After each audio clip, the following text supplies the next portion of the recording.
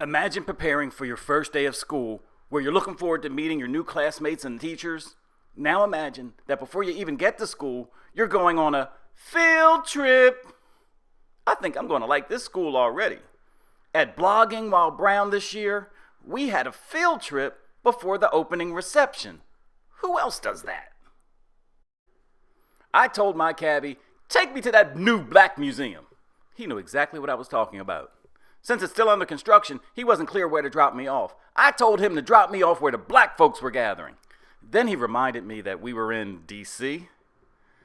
The museum is the size of a professional sports arena, so I probably paid an extra $1.35 as the cabbie drove around the block and dropped me off on the complete opposite corner of the building. But I eventually met up with the other lost bloggers, and we finally all relaxed and went on to enjoy our first day of school.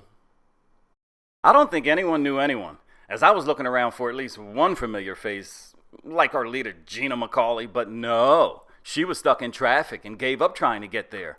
So we mingled outside the building, waiting for the tour to begin. Then I looked around and saw everyone with a cell phone to the sky.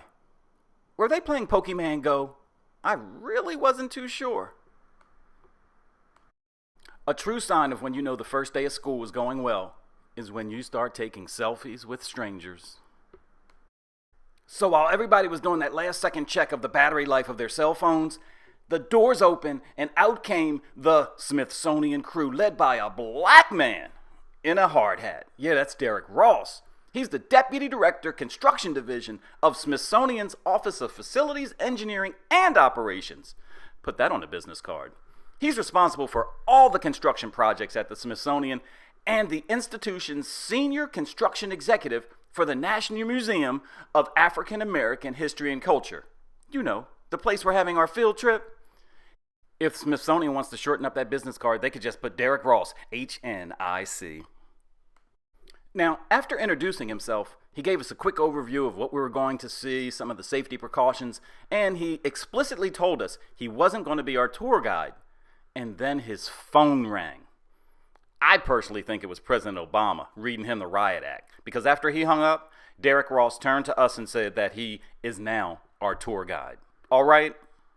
The other guy with Derek was also interjecting some information that we'd need to know as we were taking our tour, and I think he said something wrong because Derek turned to him and said, "Yo, hold on.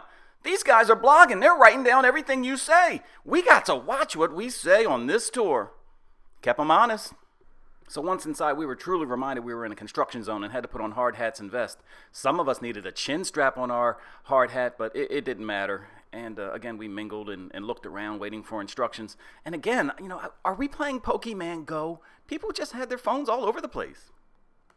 Okay, and then things got serious. The tour started, and I must say Derek Ross was extraordinary. Not only of his knowledge of the construction of the building, but also of the items that were in the building. I mean, he sounded like the curator. I mean, these guys actually dug 90 feet below grade, and that's where the tour starts, down the bottom. And you come up through the elevator. So on the bottom, it starts in darkness and slavery, and then you work your way up to the freedom floor, which are the upper floors. We had to wear the hard hat because there were flybys by Tuskegee Airmen, red-tail airplanes just hanging out on the ceiling. Why they would let anybody tour this museum in the state it was in is beyond me. I mean, there were tripping hazards and all kind of stuff hanging around, valuable pieces of art just right in the middle of the floor. So we got some final instructions as to what to do, and then the movement marched on through some of the exhibits. One of the things you see immediately is the Oprah Winfrey Theater. We all wanted to go there, but it was just a tease. We'd get there later. Listen, if I can give you one word of caution about this museum, it is unapologetically black. There is so much symbolism in this museum through signage that I captured as much as I can, even though they rushed us through the museum. We were there for an hour, and I know, and he told us, we only saw a small fraction of what's to come. That's scary. Nah, this ain't some slave museum. This takes us right up to modern times. It's a beautiful thing.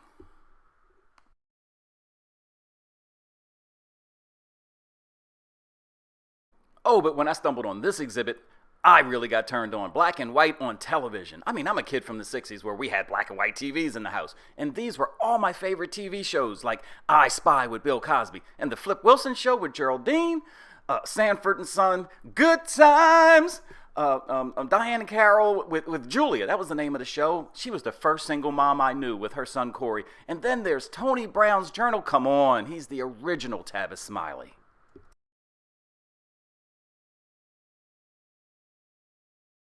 I too sing, America. I am the darker brother. They sent me to eat in the kitchen when company comes. But I laugh and eat well and grow strong. And if you got a problem with Black Lives Matter, don't even go to the museum, because there's an exhibit up there, all right? And then we saw the Oprah Winfrey Theater again. Can we go in now? No, not now. Yo, they got a huge exhibit for Public Enemy. One sister said, look, Straight Outta Compton was good, NWA was all right, but I want to see the Public Enemy movie. I was like, that's the same thing I've been saying. And we wanted to like high five each other, but we both had cameras in our hands, and we looked at each other and we had the hard hats on, so we just bumped heads. There is nothing more powerful than a people, than a nation steeped in its history. And there are few things as noble as honoring our ancestors by remembering. Growing up as a teen in the 70s when the blaxploitation movies had their run, oh, this exhibit was great. Shaft, Cooley High, The Hammer, Cotton Comes to Harlem, Across 110th Street. Oh, the memories. The entire costume from The Wiz, that's all on display. All right, that's a little before my time, but it was cool anyway. Black movie trivia. Where'd that white fur coat come from? God created black people, and black people created style. This is the gown Marian Anderson wore when she sang on the Lincoln Memorial. Now, my ass had to fact check. Went on Google Images, and sure enough, in black and white, there's that dress. Oh my God, it's a tuxedo with tails. Minnie the Moocher, hidey, hidey, hidey, ho. Oh my God, Cab Calloway. If he wasn't the prince of his day, if you don't believe me, just go on YouTube. There's a bunch of videos on this guy. Cab Calloway was the man. This is one of his tuxedos on display. There's that Oprah Winfrey Theater again. Can we go? No, not yet.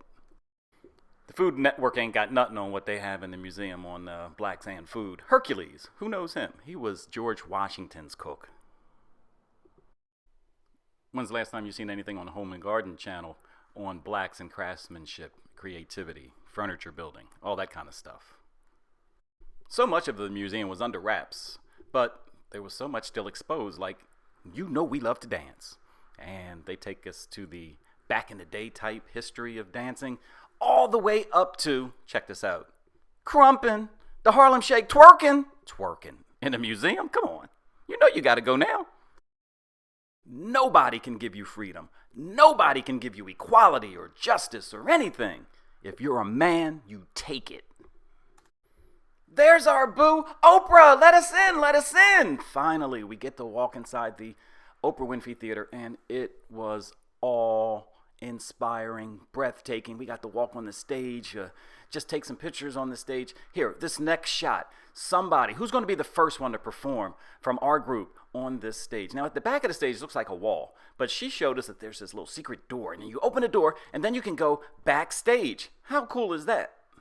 Richard Pryor says, art is the ability to tell the truth, especially about yourself. What I'm saying might be profane, but it's also profound. When I was coming up in the 60s and 70s, there was no Def Comedy Jam. If you wanted to hear black comics, you had to like sneak in the basement and listen to your parents' albums on vinyl. All the comics were on vinyl. And boy, did I hear a lot of Moms Mabley. She is hilarious. She did one movie in 1974 called Amazing Grace. Go find that one. Moms Mabley was the greatest. Tour guide Derek Ross told us in the beginning there's some parts of the museum we couldn't go. I don't know what Obama told him on the phone, but we got to some places he said we weren't going to go. Like up here where they got cases, but no stuff in the case. It's sitting out on the floor. Louis Armstrong's trumpet made it in. They were even surprised to see that. Michael Jackson, Duke Ellington, Quincy Jones, Ray Charles, Prince. This is where their exhibits are going to go. This is Chuck Berry's Cadillac.